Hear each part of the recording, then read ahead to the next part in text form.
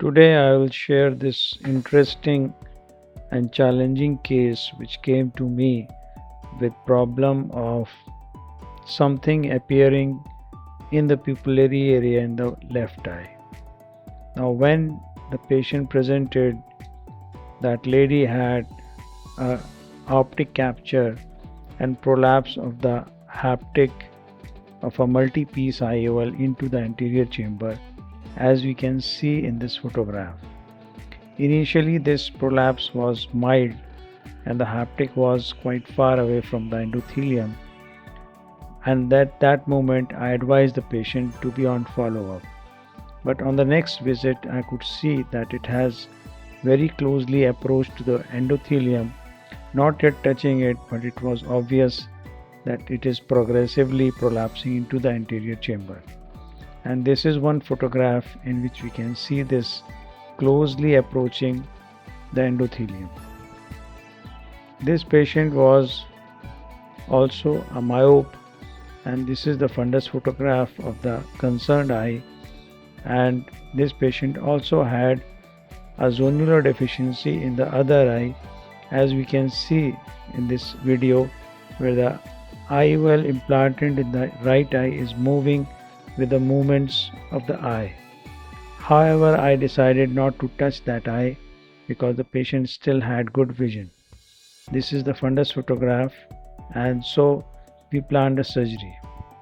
So I wanted to remove this lens and implant an anterior chamber Kelman design IOL. So I proceeded with a sclerocorneal tunnel which was made transconjunctivally. So the advantage here is that I don't have to dissect the conjunctiva, and because I was not expecting quite an amount of reflux and fluid exchange, so this can work. Putting in intracameral lignocaine and proceeding for enlarging this tunnel to 5.1 mm and little larger, because I was expecting that this IOL may be a rigid IOL.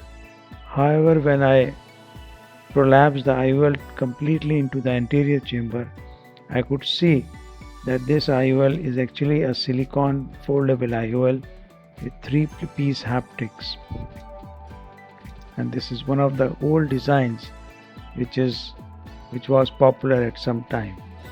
And now notice that I was deliberately trying not to rotate the IOL in a desired direction, so that the haptic which was underneath the iris may not destroy or get entangled somewhere. When the IOL was prolapsed into the anterior chamber, using a tooth forceps, I was able to pull it out through the 5.1 mm incision. However, the part of the bag was left behind, and there was some prolapse of the vitreous as well. So this was managed using a vitrectomy cutter, and I performed anterior vitrectomy, releasing whatever amount of vitreous was prolapsed and entangled into the anterior chamber through the wound. Doing anterior vitrectomy in these cases is very important, so as to release any trapped vitreous, which can actually lead to later on complications like macular edema and more dreaded one, that is retinal detachment. So once the vitreous has been released, it is important to confirm it and also to sweep across the wound so as to see if there are any fibers remaining. Injection pilocarpine was injected into the anterior chamber, and which we can see that there are a few fibers which are still entangled into the wound. So going ahead with the vitrectomy cutter, engaging each fiber which is visible to us, and then excising them so that the pupil becomes round with no pupillary peaking.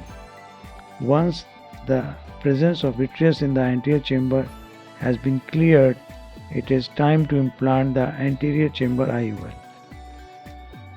Now, anterior chamber IOLs have two nuances which I'll mention here.